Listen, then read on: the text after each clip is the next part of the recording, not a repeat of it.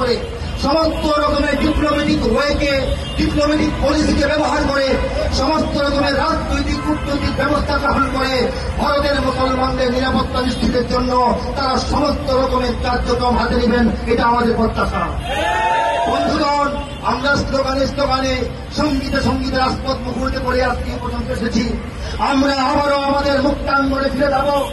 আমরা গোটা জাতিকে এবং মিডিয়ার সংবাদকর্মী ভাইদের মাধ্যমে গোটা বিশ্বকে জানান দিতে চাই, বাংলাদেশের 20 কোটি মুসলমান, গোটা বিশ্বের 200 কোটি মুসলমানের 1/10, 10 ভাগের 1 ভাগ মুসলমান অধ্যুষিত বাংলাদেশ সবসময় পৃথিবীর সমস্ত মুসলমানদের পাশে থাকবে। আমরা জানিয়ে দিতে চাই, ভারতে অবশ্যই ইসলাম, মুসলমান এবং মুসলমানিত্বের বিরুদ্ধে সমস্ত ষড়যন্ত্র অবশ্যই বন্ধ করতে হবে। আমরা এই আহ্বান এবং প্রত্যাশা জানিয়ে স্লোগান তুলতে চাই, না ভারত না বাংলাদেশ, মুসলমানের এক দেশ, না ঢাকা না দিল্লি ভাই, মুসলমানের এক লড়াই, এক লড়াই, এক লড়াই। সবাইকে ধন্যবাদ। আমরা আমাদের এই মিছিল নিয়ে, সঙ্গীত যাত্রা নিয়ে, সংঘর্ষ নিয়ে আলহামদুলিল্লাহি ওয়াহদাহু ওয়াসসালাতু ওয়াসসালামু আলা মান লা নাবিয়্যা বা'দাহু ওয়া আলা আলিহি ওয়া সাহবিহি আজমাইন। প্রিয় বন্ধুগণ, প্রিয় মুসলমান ভাইগণ, প্রিয় দেশবাসী, আমরা কিছুক্ষণ আগে ঠিক এই মুক্তাঙ্গন থেকে একটি প্রতিবাদী সঙ্গীত যাত্রা নিয়ে ঢাকা শহরের বিভিন্ন রাস্তা প্রদক্ষিণ করে আবারও এখানে এসে আমাদের সমাপ্তির পথে চলে এসেছি।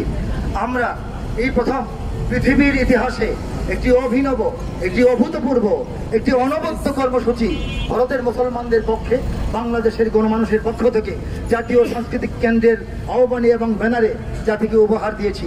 সেটির নামকরণ করা হয়েছে সং মার্চ। আমরা লং মার্চ শুনেছি, লং মার্চ দেখেছি, সারা বিশ্বে বিভিন্ন সময়ে লং মার্চ হয়েছে, কিন্তু সঙ্গীত যাত্রা সং মার্চ সম্ভবত এই নামটিকে ধারণ করে আমরা প্রথম ভারতের মুসলমানদের পাশে দাঁড়ানোর সৌভাগ্য অর্জন করেছি। আমরা 1947-এর পর থেকে আজ অবধি বাবরি মসজিদ সহ অযোধ্যার রাম মন্দির নির্মাণের জন্য বাবরি মসজিদ ধ্বংস করা থেকে নিয়ে আমাদের 2002 সালের গুজরাট হত্যাকাণ্ড, 2013 সালের মুজফ্ফরনগর হত্যাকাণ্ড, 2020 সালের দিল্লি ধ্বংসযজ্ঞ এবং সর্বশেষ ওয়াকফ আইন সংশোধনের যে নির্যাতনের আইন, সেই নির্যাতন নিপীড়নের বিরুদ্ধে আমাদের অবস্থান, আমাদের এই ঘৃণ্য কার্যক্রমের বিরুদ্ধে আমাদের ঘৃণা এবং প্রতিবাদ আমরা এই সঙ্গীত যাত্রার মাধ্যমে এইমাত্র প্রকাশ এবং প্রচার করে এসেছি। আমাদের মিডিয়ার কল্যাণে বিশ্ববাসী আমাদের এই আহ্বান, আমাদের এই আকুতি, আমাদের এই ভাষা সারা দুনিয়ায় পৌঁছে যাবে সেই আশা আমরা পোষণ করছি। আমরা যথা নিয়মে, যথা সড়কে, যথা রোডম্যাপে ভারতীয় দূতাবাস বলা হয় না, হাইকমিশন বলা হয়, ভারতীয় হাইকমিশনের উদ্দেশ্যে অভিমুখে আমরা রওনা হয়ে যাত্রা নিয়ে যাচ্ছিলাম। আমাদের প্রশাসন তাদের নিয়মতান্ত্রিকতার ভিতরে তারা আমাদেরকে এক জায়গায় বাধাগ্রস্ত করেছেন এবং তারা আমাদেরকে সহযোগিতার কথা দিয়ে তারা আমাদেরকে সংহতি এবং আমাদেরকে সমর্থন জানিয়ে আমাদেরকে শান্তিপূর্ণ এই যাত্রা নিয়ে বোধহয় পূর্বের জায়গায় ফিরে আসার পরামর্শ দিয়েছেন। আমরা প্রশাসনের উপর অথবা রাষ্ট্রের উপর কোনো চাপ প্রয়োগ আমাদের উদ্দেশ্য নয়। আমরা চাই ভারতকে জানিয়ে দিতে, আমরা চাই ভারতের সমস্ত উগ্রবাদী, সন্ত্রাসবাদী, ধর্মান্ধ গোষ্ঠীকে জানিয়ে দিতে যে ভারতের মুসলমানদের উপর এই হামলা, এই নির্যাতন, এই নিগ্রহ বেশি দিন চলবে না। বাংলাদেশের 20 কোটি মুসলমান জেগে উঠেছে।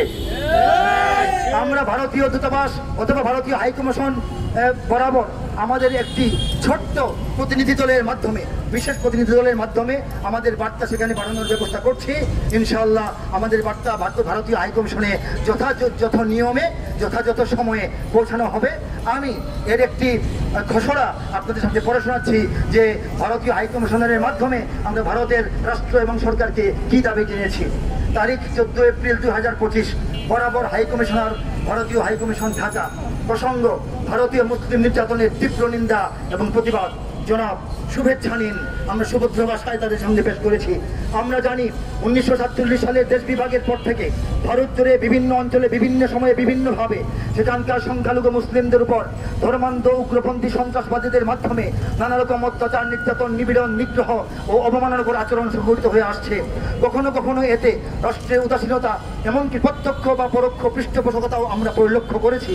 ভারতীয় মুসলমানদের নাগরিক অধিকার, রাজনৈতিক অধিকার, সামাজিক অধিকার, সাংস্কৃতিক অধিকার সর্বোপরি নিরাপদে নিজ ধর্মীয় অনুশাসন পালনের অধিকার চরমভাবে বিঘ্নিত ও লঙ্ঘিত হয়ে আসছে। মুসলিম ভ্রাতৃত্ববোধ ও মানবিক অবস্থান থেকে আমরা এসবের তীব্রতর নিন্দা এবং প্রতিবাদ জানাচ্ছি। আমরা আমাদের এই প্রতিবাদের ভাষা আপনার মাধ্যমে, আপনার প্রতিষ্ঠানের মাধ্যমে, আপনার দেশের সরকার প্রধান সহ সংশ্লিষ্ট কর্তৃপক্ষের কাছে জোরালোভাবে জ্ঞাপন করছি। আমরা আশা করছি আপনারা ভারতীয় মুসলমানদের সার্বিক অধিকার এবং নিরাপত্তা নিশ্চিত করতে সর্বাত্মক পদক্ষেপ ও আন্তরিক উদ্যোগ গ্রহণ করবেন। আমরা চাই সাম্প্রদায়িক সম্প্রীতি, আমরা চাই সকল দেশের সকল মানুষের অধিকার, আমরা চাই ধর্মীয় উগ্রবাদ এবং সন্ত্রাসবাদের পতন হোক, আমরা চাই ধর্মীয় স্বাধীনতা ও মানবতার বিজয় হোক। শুভেচ্ছান্তে বাংলাদেশের জনগণের পক্ষ থেকে জাতীয় সাংস্কৃতিক কেন্দ্র। ধন্যবাদ। আমার ইংরেজিতে